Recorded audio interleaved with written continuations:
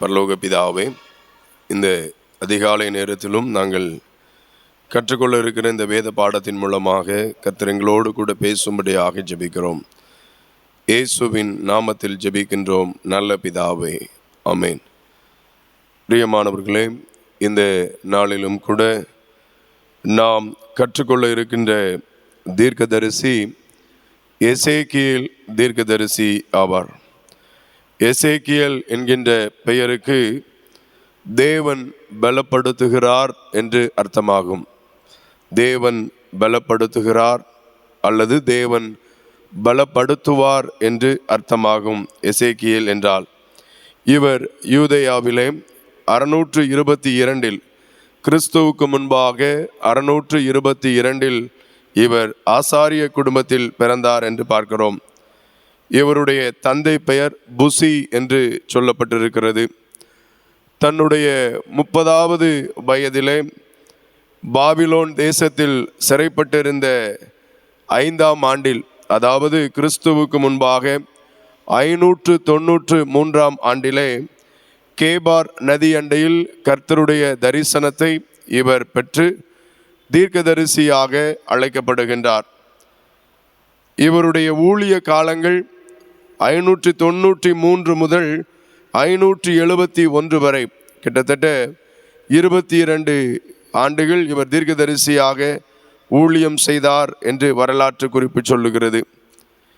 இவர் ஊழியம் செய்த நாட்களிலே தேசத்தை ஆண்ட அரசர்கள் யாரெல்லாம் என்று சொல்லி ராஜாக்களை பார்த்தோம் என்று சொன்னால், யோசியா, யோயாக்கீம், யோயாக்கீன், சிதேக்கியா மற்றும் பாபிலோன் தேசத்தை ஆண்டு வந்த நேபுகாத் நேச்சார் என்று சொல்லி பார்க்கிறோம்.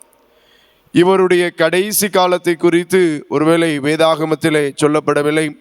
அப்பார்ட் ஃப்ரம் த பைபிள், பொதுவான கருத்துக்கள், வரலாற்று குறிப்புகளை எடுத்துக்கொள்வோம் என்று சொன்னால், யூத பாரம்பரியம் சொல்லுகிறது இவர் பாபிலோன் தேசத்திலே கைதியாக அடிமையாக இருந்த நாட்களில் ஒரு பொல்லாத ஒரு தலைவனால, அதிபதியாலே இவர் கொலை செய்யப்பட்டார் என்று ஒரு வரலாற்று குறிப்பு சொல்லுகிறது. இன்னும் குரானில் எப்படி இவருடைய பெயர் போடப்பட்டிருக்கு என்று சொன்னால், துல் கிஃபீல் என்று இவருடைய பெயர் இஸ்லாம் பாரம்பரியத்தில் இவருடைய பெயர் வருகிறது. ஈராக் நாட்டிலே இவருடைய கல்லறை இன்றும் இருப்பதாக நம்பப்படுகிறது. Apart from the Bible, historical evidence என்ன சொல்கிறாங்கன்னா, இன்றைக்கும் எசேக்கியேலுடைய கல்லறை ஈராக் நாட்டிலே இருப்பதாக நம்பப்படுகிறது. இது யூதர்களுக்கும் முஸ்லீம்களுக்கும் ஒரு புனிதமான ஒரு இடமாக அதை பாதுகாத்து வருகிறார்கள். இந்த எசேக்கியேல் புஸ்தகத்தை 3 பிரிவுகளாக பிரிக்கிறார்கள். மொத்தம் 48 அதிகாரங்கள் உள்ள இந்த எசேக்கியேல் புஸ்தகம் 3 பிரிவுகளாக பிரிக்கப்படுகிறது. முதல் 24 அதிகாரங்கள், 1ஆம் அதிகாரத்திலிருந்து 24ஆம் அதிகாரம் வரை எருசலேம் தேசத்தினுடைய அந்த பட்டணத்தினுடைய வீழ்ச்சி, யூதேயா ஜனங்களுக்கு எதிரான நியாய தீர்ப்பு அங்கே அடங்கியிருக்கிறது. 25ஆம் அதிகாரம் முதல் 32ஆம் அதிகாரம் வரை அண்டை தேசத்து, பக்கத்து தேசத்தில் இருக்கிற ஒரு 7 தேசத்திற்கு அங்கே கர்த்தருடைய எச்சரிப்பு, கர்த்தருடைய வார்த்தைகள் உரைக்கப்படும். 33ஆம் அதிகாரத்திலிருந்து 48ஆம் அதிகாரம் வரை மீண்டும் ஆண்டவர் எவ்வாறு அந்த தேசத்தை சீரமைக்கிறார் என்பதை குறித்து அங்கே சொல்லப்பட்டிருக்கிறதை நாம் பார்க்கலாம். முதல் 3 அதிகாரத்தில் கடவுளுடைய மகிமை, ஆண்டவருடைய பிரசன்னம் எவ்வாறு காணப்பட்டது என்று சொல்லி அப்படியே சொல்லி வந்து 8வது அதிகாரத்திலிருந்து 11வது அதிகாரத்து வரைக்கும் நம்ம பார்த்தோம் என்று சொன்னால், கொஞ்சம் கொஞ்சமாக தேவனுடைய மகிமை தேவனுடைய ஆலயத்தை விட்டு விலகி செல்வதை நாம் இங்கே பார்க்கலாம். அதே போல் 2வது பகுதியில் சொன்ன புறஜாதி தேசத்து, அண்டை தேசத்து ஜனங்களுக்கு ஆண்டவருடைய நியாய தீர்ப்பு. ஒரு 7 தேசங்கள் எதெல்லாம் அப்படின்னு பார்த்தோம் என்றால், அம்மோன் தேசம், மோவாப் தேசம், ஏதோம் தேசம், பெலிஸ்தியா தேசம், தீரு, சீதோன் மற்றும் எகிப்து ஆகிய தேசங்களுக்கு எதிராக ஆண்டவருடைய வார்த்தை இந்த எசேக்கியேல் ராஜா மூலமாக உரைக்கப்படுகிறது. அதிலும் குறிப்பாக தீரு மற்றும் எகிப்து மிகப்பெரிய சிறந்த பெருமைக்காரர்களாக காணப்பட்ட அவர்களுக்கு அவர்களுடைய அந்த ஆளுகை மீது, அதிகாரத்தின் மீது ஆண்டவருடைய வார்த்தை உரைக்கிறது. எதை குறிக்கிறது என்றால், ஆண்டவர் இஸ்ரவேலுக்கு மட்டும் தேவன் அல்ல, சர்வ உலகத்திற்கும் அவரே ராஜா. அவருடைய நீதிக்கும் அவருடைய நியாய தீர்ப்புக்கும் எந்த ஒரு தேசமும் மற்ற யாருமே தப்பித்து கொள்ள முடியாது. அனைவரும் பொதுவானவர்கள் என்று சொல்லி நாம் அங்கே பார்க்கலாம். இந்த எசேக்கியேல் தீர்க்கதரிசியினுடைய வாழ்வை குறித்து, காலங்களை குறித்து, அவருக்கு கொடுக்கப்பட்ட பெயர்களை குறித்து நாம் இந்த தீர்க்க தரிசன புஸ்தகத்திலே பார்ப்போம் என்று சொன்னால், 2 பெயர்கள் அவருக்கு கொடுக்கப்படுகிறது. ஒன்று மனுபுத்திரன் என்று சொல்லி அழைக்கப்படுகிறார், சன் ஆஃப் மேன். 2வது அவரை வாட்ச்மேன், காவற்காரன் என்று அழைக்கப்படுகிறார். காவற்காரன் என்று சொல்லி நாம் பார்த்தோம் என்று சொன்னால், வாட்ச்மேன் என்பது அன்றைய நாட்களில் அந்த பட்டணத்தை காவல் காக்கின்ற காவல்காரர்கள். அந்த தேசத்திற்கு ஆபத்து வருகிறதா அல்லது எதிராளிகள் படையெடுத்து வருகிறார்களா என்பதை அந்த பட்டணத்தின் மதிலில் இருந்து அறிந்து கொண்டு ஜனங்களை எச்சரிப்பது இந்த காவற்காரரின் பணியாகும் என்று சொல்லி பார்க்கலாம். இந்த காவற்காரனுடைய 3 குவாலிஃபிகேஷன், தகுதிகள் என்ன அப்படின்னு சொல்லி பார்த்தோம் என்றால், முதலாவது விஜிலன்ஸ், விழிப்போடு கூட இருப்பது. மற்றவர்கள் எல்லாரும் தூங்கிக் கொண்டிருந்தாலும் இந்த காவற்காரன் விழித்திருக்க வேண்டும். அதுதான் காவற்காரனுடைய முதலாவது பணி, தகுதி. 2வது என்னன்னு சொன்னால், கிளியர் விஷன், தெளிவான ஒரு பார்வை. தூரத்தில் உள்ளவற்றை அவன் கூர்ந்து கவனிக்க வேண்டும். இன்றைய உலகத்தில், இன்றைய காலத்தின் அடையாளங்களை நாம் பார்த்து ஆண்டவர் என்ன சொல்லுகிறார் என்பதை நாம் புரிந்து கொள்ள அந்த ஒரு தெளிவான பார்வை நமக்கு அவசியம். 3வது இவனுடைய பணிகள் என்ன சொன்னால், எக்காலம் ஊதுதல், ப்ளோயிங் த ட்ரம்பட். ஆபத்து வருகிறது, அழிவு வருகிறது என்று சொன்னால் அமைதியாக இருந்து விடாமல் எக்காலம் ஊதி மக்களை எச்சரிக்க வேண்டும். வேதம் சொல்லுகிறது, அவன் அந்த சத்தியத்தை சொல்லாவிட்டால் மக்கள் அழிந்து போவார்கள் என்று வசனம் சொல்லுகிறது. ஒருவேளை இவனுடைய பொறுப்பிலே அவன் தவறுவான் என்று சொன்னால், ஒரு காவற்காரன் எதிராளிகள் படையெடுத்து வருவதை, ஆபத்து வருவதை கண்டு எக்காலம் ஊதி ஜனங்கள் அதை கேட்காமல் அழிந்து போனால் அந்த பழி ஜனங்கள் மேலே இருக்கும். ஒருவேளை எக்காலம் ஊதாமல் ஜனங்களுக்கு அழிவு வந்துவிட்டால் அந்த இரத்த பழி காவற்காரன் மேலே இருக்கும் என்று சொல்லி அங்கே வேத வசனம் நமக்கு எசேக்கியேல் 33ஆம் அதிகாரம் முதல் 9 வசனங்களிலே நாம் அதை பார்க்கலாம். காவற்காரன் சொல்ல வேண்டிய முக்கியமான செய்தி இன்றைய காலகட்டத்தில் அது மனம் திரும்புங்கள், துன்மார்க்கன் சாகிறதினால் எனக்கு சம்மதமில்லை, நீங்கள் மனம் திரும்புங்கள், நீங்கள் உங்கள் பொல்லாத வழிகளை விட்டு திரும்புங்கள், நீங்கள் ஏன் சாக வேண்டும் என்று தேவன் கதறுகிறார் என்று எசேக்கியேல் 33ஆம் அதிகாரம் 11வது வசனத்திலே நாம் பார்க்கிறோம். இன்றைக்கு ஆண்டவர் நம்மை நம்முடைய குடும்பத்திலே காவற்காரனாக, சபையிலே காவற்காரனாக, தேசத்திற்கு காவற்காரனாக வைத்திருக்கிறார். அதே போல இந்த எசேக்கியேல் தீர்க்கதரிசன புஸ்தகத்தில் நாம் அதிகமாக தியானிக்கிற ஒரு வேத பகுதி எசேக்கியேல் 22:30. தேசத்தை அழிக்காதபடிக்கு திறப்பிலே நிற்கவும் சுவரையும் அடைக்கத்தக்கதாக ஒரு மனுஷனை தேடினேன், ஒருவனையும் காணேன் என்று சொல்லப்பட்டிருக்கிறது.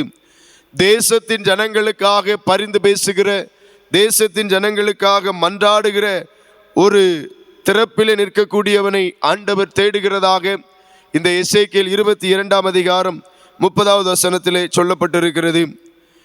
இந்த முழு புத்தகத்திலும், எசேக்கியேல் புத்தகம் முழுவதுமாக சொல்லப்பட்டிருக்கிற யூதா தேசத்து ஜனங்களுடைய பாவங்களின் பட்டியல்கள் என்னெல்லாம் அன்றைக்கு அவர்கள் வாழ்க்கையிலே காணப்பட்டது என்று சொன்னால், எசேக்கியேல் 8ஆம் அதிகாரத்திலிருந்து 22ஆம் அதிகாரம் வரை அது தெளிவாக விளக்கப்பட்டிருக்கிறது. ஒரு 6 காரியங்கள் பட்டியலப்படுகிறது. முதல் காரியம் விக்கிரக ஆராதனை. விக்கிரக ஆராதனை, தேவாலயத்திற்குள்ளேயே அவர்கள் விக்கிரகங்களை வைத்திருப்பார்கள். நீங்கள் 8வது அதிகாரம் முழுவதுமாக வாசித்து பார்ப்பீர்கள் என்று சொன்னால் அங்கே சொல்லப்பட்டிருக்கும், ஒவ்வொரு அறையாக ஆண்டவர் எசேக்கியேலை அழைத்து கொண்டு செல்வார். இங்கே பார், இங்கே எப்படி இருக்கிறது, இந்த இடத்தை பார், இவ்விடத்தில் இவர்கள் இந்த விக்கிரகங்களை வைத்திருக்கிறார்கள் என்று சொல்லி ஒவ்வொரு காரியத்தையும் சொல்லுவார். ஆக விக்கிரக ஆராதனை அன்றைக்கு அதிகமாய் காணப்பட்டது. இரத்த பலி மற்றும் கொலைகள் அதிகமாய் காணப்பட்டது. ஓய்வு நாளை பரிசுத்த குலைச்சலாக்கினார்கள். ஏழை எளியவர்களையும் பரதேசிகளையும் ஒடுக்கினார்கள். விபச்சாரம் மற்றும் தவறான உறவுகள், லஞ்சம் வாங்குதல் மற்றும் வட்டிக்கு வாங்குதல், இதெல்லாம் அன்றைக்கு யூதா தேசத்திலே காணப்பட்ட பாவங்களின் பட்டியலாக நாம் பார்க்கிறோம். இந்த எசேக்கியேல் புஸ்தகத்திலே பரிசுத்த ஆவியானவர் காற்றுக்கு ஒப்பிடப்பட்டு பேசுகிறார். ருவாகா என்று சொல்லப்படுகிற ஸ்பிரிட், ஆவியானவர். எசேக்கியேல் 37ஆம் அதிகாரத்தில் நாம் பார்க்கலாம். உலர்ந்த எலும்புகள், அது உயிரடையக்கூடிய ஒரு காரியம். மக்களுக்கு புதிய இருதயத்தை தரக்கூடிய புதிய ஆவி, நியூ ஹார்ட், நியூ ஸ்பிரிட், எசேக்கியேல் 36ஆம் அதிகாரத்திலே பார்க்கிறோம். இந்த பரிசுத்த ஆவியானவர் சுவாசம் என்றும் அழைக்கப்படுகிறார், மூச்சு காற்று என்றும் இந்த எசேக்கியேல் புஸ்தகத்திலே அவர் அழைக்கப்படுகிறதை நாம் பார்க்கிறோம். அதே போல இந்த எசேக்கியேல் 40ஆம் அதிகாரத்திலிருந்து 48ஆம் அதிகாரம் வரைக்கும் நாம் பார்த்தோம் என்று சொன்னால், ஆண்டவர் ஒரு புதிய ஆலயத்தை அவர்களுக்கு முன்பாக காட்டுகிறார். ஒரு புதிய ஆலயம். காரணம், 8வது அதிகாரத்தில் அந்த தேவ மகிமை தேவனுடைய ஆலயத்திலிருந்து முதலாவது மகா பரிசுத்த ஸ்தலத்திலிருந்து பரிசுத்த ஸ்தலத்துக்கு வெளியே வரும். பரிசுத்த ஸ்தலத்திலிருந்து அப்படியே அடுத்த பகுதிக்கு வெளியே வரும். அதை தொடர்ந்து அப்படியே வாசலிற்கு வந்து அப்படியே தேவ மகிமை கடந்து போகும். சாலமோன் கட்டின தேவ ஆலயத்தில் காணப்பட்ட தேவ மகிமை 8வது அதிகாரத்திலே பார்க்கலாம். தேவ ஆலயத்திலிருந்து மகிமை அற்று போயிற்று. ஒருவேளை நேபுகாத் நேச்சாரால இடிக்கப்பட்ட தேவ ஆலயத்திலே அங்கே தேவன் வாசம் பண்ணவில்லை. வேதவசனம் தெளிவாக சொல்லுகிறது, தேவ மகிமை அங்கிருந்து கடந்து போனது. மீண்டும் ஆண்டவர் இந்த எசேக்கியேல் 40வது அதிகாரத்திலிருந்து 42வது அதிகாரம் வரைக்கும் நாம் அங்கே பார்க்கின்ற போது தேவனுடைய மகிமை அங்கே தேவ ஆலயத்திற்குள்ளாக, ஒரு தரிசனத்தோடு கூடிய ஒரு ஆலயத்திற்குள்ளாக அது வருவதை நாம் பார்க்கலாம். அந்த ஆலயம் எப்படி இருக்க வேண்டும், அதனுடைய அளவீடுகள் எப்படி இருக்க வேண்டும், அதனுடைய மகா பரிசுத்த ஸ்தலம் எந்த அளவு நீளம் இருக்க வேண்டும், அதனுடைய ஆசாரியர்களுடைய அறைகள் எவ்வாறு இருக்க வேண்டும் என்பதையெல்லாம் ஒவ்வொன்றையும் தெள்ள தெளிவாக ஆண்டவர் அளவிட்டு காட்டுகிறார். அந்த மதிலின் அளவு 40ஆம் அதிகாரத்திலே சொல்லப்பட்டிருக்கிறது. வெளிப்பிரகாரம் வாசல்கள் 40ஆம் அதிகாரம் 6வது வசனத்திலிருந்து 27ஆம் வசனம் வரை சொல்லப்பட்டிருக்கிறது. மகா பரிசுத்த ஸ்தலத்தினுடைய அளவீடுகள் 41ஆம் அதிகாரம் 4ஆம் வசனம். ஆசாரியர்களுடைய அறைகள் 42ஆம் அதிகாரத்தில்.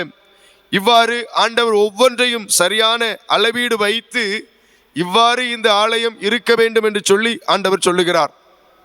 ஒருவேளை இதே அளவீடு படிதான் செருபாபேல் அந்த ஆலயத்தை கட்டினாரா என்று சொன்னால் இல்லை.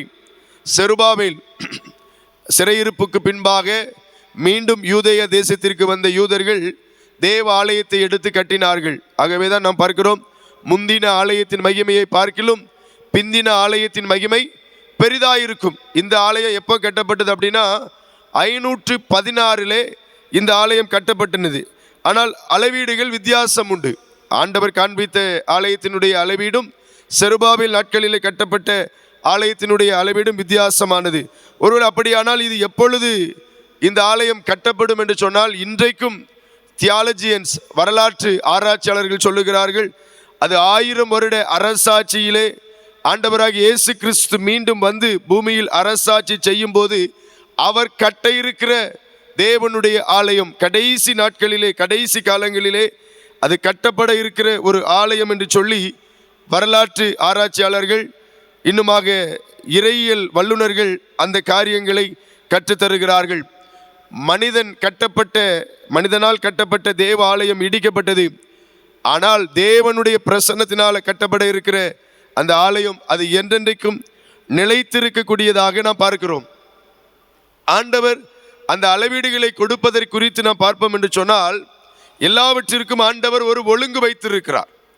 பழைய ஏற்பாட்டில் நோவாவின் இடத்திலே வந்து அந்த பேழை எத்தனை அடி நீளம், எத்தனை அடி அகலம், எத்தனை அடி உயரம் இருக்க வேண்டும் என்று அவர் அளவு வைத்திருந்தார்.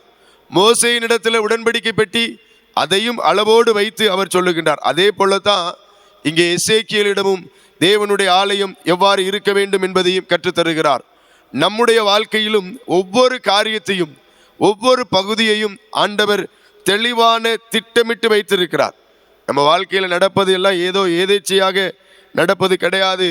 அவை எல்லாம் தேவனுடைய திட்டத்தின்படி எல்லாம் ஒழுங்கும் கிரமமுமாக ஆண்டவர் நடத்தி தருகிறார் என்று சொல்லி நாம் பார்க்கிறோம். நிறைவு பகுதியாக நம்ம பார்த்தோம் என்று சொன்னால் 8வது அதிகாரத்தில் கடந்து சென்ற மகிமை மீண்டுமாக 48வது அதிகாரத்தில் கர்த்தருடைய மகிமை வருகிறது. அங்கே சொல்லப்பட்டிருக்கிறது யெகோவா ஷம்மா. அதுதான் கடைசி வசனம் இந்த எசேக்கியேல் தீர்க்கதரிசன புஸ்தகத்தின். யெகோவா ஷம்மா அப்படின்னா கர்த்தர் அங்கே இருக்கிறார். யெகோவா ஷம்மா என்றால் கர்த்தர் அங்கே இருக்கிறார். நாம பொதுவாக பாடல் பாடுவோம், யெகோவா ஷம்மா கூடவே இருக்கிறீர் என்று நாம் பாடுவோம். யெகோவா ஷம்மா என்றால் கர்த்தர் அங்கே இருக்கிறார். எங்கே இருக்கிறார்? அந்த ஜனங்கள் புலம்பினது, ஐயோ தேவ ஆலயத்திலே தேவ மகிமை இல்லை, தேவ பிரசன்னம் இல்லை என்று சொல்லி புலம்பின அந்த ஜனங்களுக்கு ஆண்டவருடைய வார்த்தை உரைக்கப்படும். நீ ஆலயத்தில் மகிமை இல்லை என்று நீ புலம்புகிறாய், அந்த நகரம் முழுவதும், அந்த நகரம் அதான் சொல்லப்பட்டிருக்கும், அந்த நகரம் யெகோவா ஷம்மா என்று அழைக்கப்படும். அந்த நகரம் எருசலேம் முழுவதும் தெய்வ பிரசன்னம், எருசலேம் முழுவதும் தேவனுடைய மகிமை காணப்படும் என்று சொல்லி அங்கே சொல்லப்பட்டிருக்கிறது. ஆக யெகோவா ஷம்மா என்றால் கர்த்தர் அங்கே இருக்கிறார் என்று அர்த்தமாகும். நிறைவு பகுதியாக இந்த எசேக்கியேலையும் எசேக்கியேலுடைய வாழ்க்கையிலே அவர் உரைத்த தீர்க்க தரிசனங்களும் ஆண்டவராகிய இயேசு கிறிஸ்துவனுடைய ஊழியத்தின் நிறைவேற்றமுமாக நாம் அதை பார்க்கலாம். எப்படி என்று சொன்னால், எசேக்கியேலையும் சன் ஆஃப் மேன், மனுபுத்திரனே என்று அழைக்கப்பட்டார். கிட்டத்தட்ட 90 முறை இந்த எசேக்கியேலிலே இவர் மனுபுத்திரனே என்று அழைக்கப்படுகிறார். இயேசு கிறிஸ்து தன்னை புதிய ஏற்பாட்டிலே காட்டுகின்ற போது தன்னை தேவனுடைய குமாரனாகவும் மனுஷகுமாரனாகவும் தன்னை வெளிப்படுத்தினார். எசேக்கியேலுடைய தீர்க்க தரிசனங்கள் இயேசு கிறிஸ்துவனுடைய ஊழியத்தின் நிறைவேற்றங்களாக நாம் இப்பொழுது பார்க்கிறோம். எசேக்கியேல் சன் ஆஃப் மேன் என்று அழைக்கப்பட்டார் 90 முறை. இயேசு கிறிஸ்துவும் சன் ஆஃப் மேன் என்று அவர் அழைக்கப்பட்டதை நாம் அங்கே பார்க்கிறோம். மத்தேயு 8ஆம் அதிகாரம் 20ஆம் வசனத்திலும் 16ஆம் அதிகாரம் 13வது வசனத்திலும் நாம் பார்க்கிறோம். இது ஒரு சாதாரண மனித தன்மை மாத்திரமல்ல, அவர் மேசியா, இயேசு கிறிஸ்து மேசியா என்பதை குறிக்கிறது. ரெண்டாவது, இந்த எசேக்கியேல் 34வது அதிகாரத்தில் ஒரு நல்ல மேய்ப்பனுக்குரிய தகுதிகள், திருச்சபையின் தலைவர்களுக்கு இருக்க வேண்டிய தகுதிகள், அன்றைக்கு அவர்களிடத்தில் காணப்பட்ட குறைவுகளை அவர் சுட்டி காட்டி ஒரு நல்ல மேய்ப்பன் எப்படி இருக்க வேண்டும் என்பதை அவர் அங்கே தீர்க்க தரிசனமாக உரைத்திருப்பார். யோவான் 10ஆம் அதிகாரத்தில் நம்முடைய கர்த்தராகிய இயேசு கிறிஸ்து, நானே நல்ல மேய்ப்பன், நல்ல மேய்ப்பன் தன் ஆடுகளுக்காக தன் ஜீவனை கொடுக்கிறான் என்று சொல்லி அந்த தீர்க்க தரிசன வார்த்தைகளை அவர் உறுதிப்படுத்துகிறதை நாம் பார்க்கிறோம். அதே போல எசேக்கியேல் 36ஆம் அதிகாரத்தில் 26, 27 வசனத்தில் புதிய இருதயம் மற்றும் பரிசுத்த ஆவியானவர், new heart and new spirit, அந்த கல்லான இருதயத்தை எடுத்து போட்டு சதையான இருதயத்தை வைக்கின்ற அந்த ஒரு காரியத்தை இந்த எசேக்கியேல் தீர்க்கதரிசி உரைக்கின்றார். அதே இதை ஆண்டவராக இயேசு கிறிஸ்து யோவான் 3ஆம் அதிகாரத்தில் நிக்கோதேமு வந்து ஆண்டவரிடத்தில் கேட்கின்ற போது, ஒருவன் ஜலத்தினாலும் ஆவியினாலும் பிரபாவிட்டால் அவன் தேவனுடைய ராஜ்யத்தில் பிரவேசிக்க மாட்டான் என்பதை குறித்து, அந்த ஒரு புதிய அபிஷேகத்தை குறித்து அவர் சொல்லுவார். அதே போல எசேக்கியேல் 47ஆம் அதிகாரத்தில் ஜீவ தண்ணீர் 4 நிலைகளிலே புறப்படும். கணுக்கால் அளவு, முழங்கால் அளவு, இடையளவு, தலையளவு, இந்த 4 ஜீவ நதி புறப்படுவதை குறித்து அங்கு சொல்லப்பட்டிருக்கிறது. தேவாலயத்தினுடைய வாசலிலிருந்து அந்த நதி புறப்படும், அது ஜீவ நதி.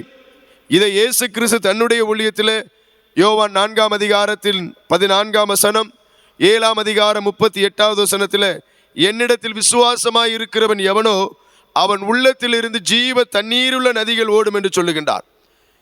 இந்த எசேக்கியேல் ஏற்கனவே சொன்னேன், 30வது வயதில் பாபிலோன் தேசத்தில் சிறையிருப்பில் இருக்கிற போது கேபார் நதி அண்டையிலே தீர்க்கதரிசியாக அழைக்கப்பட்டார். எசேக்கியேல் 30வது வயதிலே, இயேசு கிறிஸ்து 30வது வயதிலே யோர்தான் ஆற்றங்கரையிலே ஞான ஸ்நானம் எடுத்து தன்னுடைய ஊழியத்தை ஆரம்பித்தார் என்று நாம் பார்க்கின்றோம். ஊழியத்தினுடைய வல்லமைகளை குறித்து பார்த்தோம் என்று சொன்னால், உலர்ந்த எலும்புகள் உயிரடைந்த ஒரு காரியம். பரிசுத்த ஆவியானவருடைய வல்லமை வருகிற போது உயிர்த்தெழுதல். இயேசு கிறிஸ்து யோவான் 11:25 சொல்லுகிறார், நானே உயிர்த்தெழுதலும் ஜீவனுமாய் இருக்கிறேன் என்று சொல்லி. ஆக இயேசு கிறிஸ்துவனுடைய அந்த ஊழியத்தின் நிறைவேற்றம் எசேக்கியேல் தீர்க்கதரிசியினுடைய வாக்குத்தத்தங்களாக பார்க்கிறோம். கடைசி பகுதியில் பார்க்கிறபடி யெகோவா ஷம்மா என்று முடிக்கிறார். கர்த்தர் அங்கே இருக்கிறார். இயேசு கிறிஸ்து அவர் இம்மானுவேலராக நம்மிடையே இருக்கிறார். தேவன் என்றென்றைக்கும் நம்மோடு கூட இருக்கிறார் என்று சொல்லி நான் பார்க்கிறோம். எசேக்கியேல் ஒரு தீர்க்கதரிசியாக நின்று தேவன் இதையெல்லாம் செய்ய போகிறார் என்று அறிவித்தார். ஆனால் இயேசு கிறிஸ்துவோ தேவனாகவே கடவுளாகவே இந்த பூமிக்கு வந்து எசேக்கியேல் சொன்ன ஒவ்வொரு வார்த்தையையும் நிறைவேற்றினார் என்று சொல்லி பார்க்கிறோம். ஒருவேளை மனித கண்களுக்கு எல்லாம் முடிந்து விட்டது என்று சொல்லி நாம நினைத்தாலும், எல்லாம் தேசம் அழிக்கப்பட்டு போயிற்று, இனி ஒன்றுமில்லை என்று சொல்லி இருக்கிற நிலையிலும் ஆண்டவர் ஒரு புதிய படைப்பை அவர் ஆரம்பித்தார் என்று சொல்லி பார்க்கிறோம். ஒருவேளை இந்த காரியங்களை இன்றைக்கு தியானிக்கிற நம்முடைய வாழ்க்கையிலே ஆண்டவர் உணர்த்துகிற காரியங்கள் என்ன அப்படின்னு சொன்னா, தனி மனித பொறுப்பை ஆண்டவர் உணர்த்துகிறார். ஒவ்வொருவரும் அவரவர் பாவத்திற்கு அவர்களே பொறுப்பாளி என்று சொல்லி பார்க்கிறோம். இரண்டாவது ரெஸ்டோரேஷன். ஆண்டவர் மீண்டும் தம்முடைய ஜனங்களை தம்முடைய தேசத்திற்கு அவர் கொண்டு வந்து சேர்ப்பார். தேவ ஆலயத்தை விட்டு சென்ற மகிமை மீண்டும் தேவ ஆலயத்தை வந்து நிரப்பெற்று என்று சொல்லி பார்க்கிறோம். அவர் நம்மை விட்டு விலகுகிறவர் அல்ல, அவர் நம்மை கைவிடுகிறவர் அல்ல. அவர் யெகோவா ஷம்மா, அவர் அங்கே இருக்கிறார், அவர் நம்மோடு கூட இருக்கிறார். அவர் நம்மோடு கூட இருந்து நம்மை பலப்படுத்துகிற ஒரு தேவனாக இருக்கிறார். அதிகாரங்கள் 3 பிரிவுகளாக பிரிக்கப்பட்டது. முதல் பகுதி பாவத்தை குறித்து கண்டித்து உணர்த்தினார். இரண்டாவது பகுதி புறதேசத்தாருக்கு எச்சரிப்பு கொடுத்தார். மூன்றாவது பகுதியிலே புதிய ஆலயம் புதிய மகிமையை ஆண்டவர் காண்பித்தார். ஒருவேளை இன்றைக்கு இந்த பகுதிகளை தியானிக்கிற நம்முடைய வாழ்விலே ஆண்டவர் 3 கட்டங்களாக நம்மை உணர்த்துகிறார். முதல் காரியம், நம்முடைய பாவங்கள், நம்முடைய அக்கிரமங்கள், இதிலிருந்து காலங்களிலே நாம் எவைகளில் சுத்திகரிக்கப்பட வேண்டும், நாம் எவைகளில் ஆண்டவருக்கு பிரியமாய் இருக்க வேண்டும் என்பதை குறித்து அவர் உணர்த்துகிற ஒரு தேவனாக இருக்கிறார். இரண்டாவது, நாம் இன்னமும் திருந்த வேண்டிய காரியங்களை அவர் நமக்கு எச்சரிக்கிற ஒரு தேவனாக இருக்கிறார். மூன்றாவது, அவர் தந்திருக்கிற புதிய ஆசீர்வாதங்களை அவர் நமக்கு உணர்த்துகிறார். இந்த ஆராதனையில் பங்கு பெற்றிருக்கிற நம் ஒவ்வொருவரையும் அவர் காவற்காரனாக, வாட்ச்மேனாக, எப்பொழுதும் விழித்திருக்கிறவராக, நடைபெறுகிற அடையாளங்களையும் அற்புதங்களையும் கண்டு அவருடைய வருகை மிக சமீபம் என்பதை புறஜாதியாருக்கு அறிவிக்கிற ஒரு கருவியாக அவர் பயன்படுத்த விரும்புகிறார். அப்படியே இருந்தவாறு கண்களை மூடி தேவ சமூகத்தில் நம்மை தாழ்த்தி அர்ப்பணித்து நாம் ஜெபிப்போம். அன்பின் பரலோக பிதாவே, இந்த காலை பொழுதில் தேவன் பலப்படுத்துகிறார் என்கின்ற தீர்க்கதரிசியை குறித்து நாங்கள் தியானித்தோம். சுவாமி, நீர் எங்கள் வாழ்விலும் எங்களை பலப்படுத்துகிற ஆண்டவராக இருக்கிறீர். நீர் யெகோவா ஷம்மா, எங்களோடு கூட இருக்கிறீர், எங்களை நடத்துகிறீர், எங்களை ஆண்டவரே பாவத்தை கண்டித்து உணர்த்துகிறீர். ஒருவேளை நாங்கள் பாவம் செய்கிற போது, உம்மை விட்டு தூரம் போகிற போது, உம்மை ஆண்டவரை மறந்த போது உம்முடைய மகிமையை இழந்து போகிறோம். ஆயினும் நீரே அந்த மகிமையை எங்களுக்கு தந்து புது வாழ்வை கட்டளையிடுகிறீர், புதிய ஆலயத்தை கட்டி கொடுக்கிறீர். புதிய ஏற்பாட்டிலே நாங்களே அந்த ஆலயம் என்பதை நாங்கள் பார்க்கிறோம். சுவாமி, இந்த வார்த்தைகளை கேட்டிருக்கிற நாங்கள் உம்முடைய சித்தத்திற்கு எங்களை அர்ப்பணிக்கிறோம்.